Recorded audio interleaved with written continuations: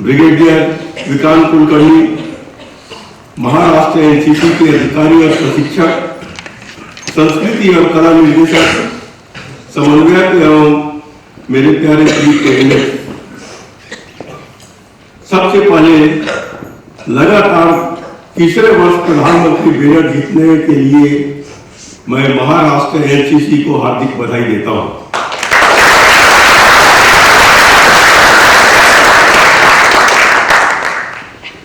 आप सबको मेरी ओर से बहुत बहुत बधाई।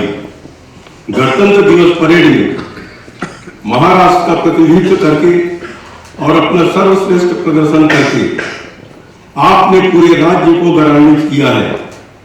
महाराष्ट्र को आप सभी पर गर्व है। आप सचमुच बहुत भाग्यशाली कैडेट हैं। अल्प आयु में ही आपको राज्य का प्रतिनिधित्व करने एवं गणतंत्र दिवस परेड में भाग लेने का सौभाग्य प्राप्त हुआ। कितनी अच्छी बात है कि आपको राज्य भर के 1 लाख कैडेटों में से चुना गया था। यह आपके असाधारण गुणों की क्षमता का प्रमाण है। प्रधानमंत्री बैनर की शुरुआत के बाद से महाराष्ट्र एनसीसी को 18 बार लगातार प्रधानमंत्री बैनर और ट्रॉफी जीतने का अनूठा गौरव प्राप्त हुआ।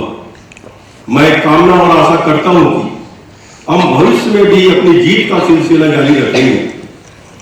व्यक्तिगत और टीम स्पर्धाओं में विभिन्न ट्रॉफियां और पदक लाने के लिए भी मैं महाराष्ट्र एनसीसी, उसके अधिकारियों और आप में से प्रत्येक को बधाई देता हूं। प्री कैडेट्स, पिछली 2 शताब्दियों के अधिकांश समय में भारत दुनिया के सबसे समृद्ध देशों में से एक था। विश्व अर्थव्यवस्था में भारत की हिस्सेदारी कुल का 1/4 थी। दुर्भाग्य से हम विदेशी प्रभुत्व के एक लंबे दौर से गुजरे, जिसके दौरान हमें अपने आर्थिक, सामाजिक और सांस्कृतिक विनाश का सामना करना पड़ा। छत्रपति शिवाजी महाराज की इस भूमि में विदेशी शक्तियों और उपनिवेशवादियों को सबसे कठिन प्रतिरोध किया।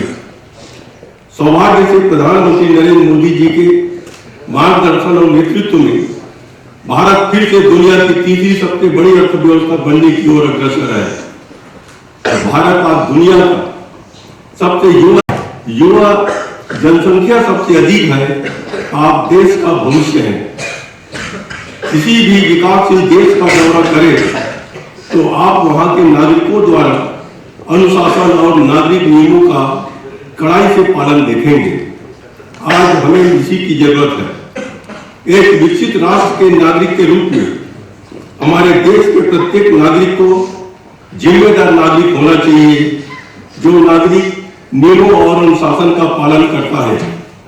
भारत की भविष्य की नियति इस बात पर निर्भर करेगी कि युवा राष्ट्र निर्माण के कार्य में खुद को कैसे शामिल करें। हमें पर्यावरण संरक्षण और विरासत को संरक्षित करने में युवाओं की भागीदारी की भी आवश्यकता है। मुझे यह जानकर खुशी हो रही है कि एनसीसी कैडेट विभिन्न सामाजिक जागरूकता कार्यक्रमों और स्वच्छ भारत अभियान और योग दिवस जैसी पहलों में भी शामिल है। हमें समाज के साथ इस तरह का जुड़ाव जारी रखना चाहिए। एनसीसी के साथ बिताए वर्षों के दौरान आपने अनुशासन और देशभक्ति के जो गुण सीखे हैं, वे आपके व्यक्तित्व और स्वभाव का हिस्सा बनना चाहिए। मैं आपसे अपेक्षा करता हूं कि आप जिस भी क्षेत्र में काम करें या अध्ययन करें, आप समाज को नेतृत्व करें। आपको बताते हुए मुझे भी खुशी हो रही है कि जब मैं पढ़ता था तो मैं भी एनसीसी कैडेट था।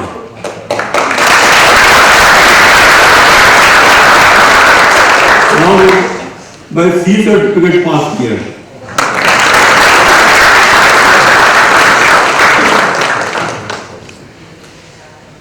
मैं तो चाहता हूं कि देश के हर बच्चे को एनएसएस हो चाहे एनसीसी हो, उसके भाग लेना चाहिए। एनसीसी हमको अनुशासन, देशभक्ति की भावना जगाती है।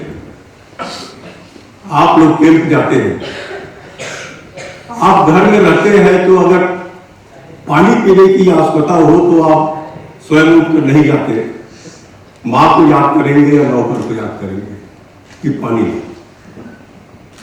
लेकिन जब एनसीसी कैंप में हम जाते हैं तो टेंट भी खुद को बनाना पड़ता है, सफाई खुद को करना पड़ता है।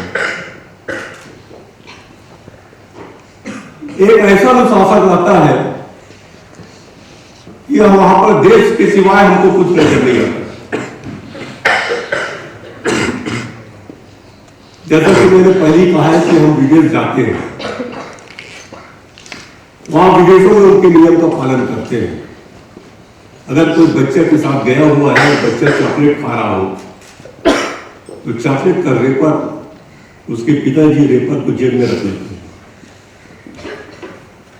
लेकिन हमारे देश में अभी तक वो वैसी व्यवस्था नहीं बन पाई है कि हम अनुशासन पालन कर सकें। यही हमको जागृति लाना है। मुझे कभी कभी दुख होता है कि रेड लाइट होता है, उसके बाद भी रेड लाइट क्रॉस करके वो गाड़ी आगे ले जाते हैं और एक्सीडेंट हो जाता है। रेलवे क्रॉसिंग में बैरियर लगा होता है,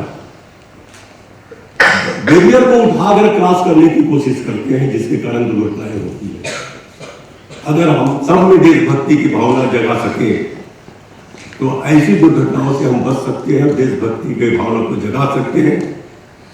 आप लोगों ने जो महाराष्ट्र का गौरव बढ़ाया है, इसके लिए मैं आप सभी को बहुत बहुत धन्यवाद देता हूं। आपके परिवारजनों को, जो आपको इस योग्य बनाया, आपके माता पिता को भी मैं धन्यवाद देता हूं। ऐसे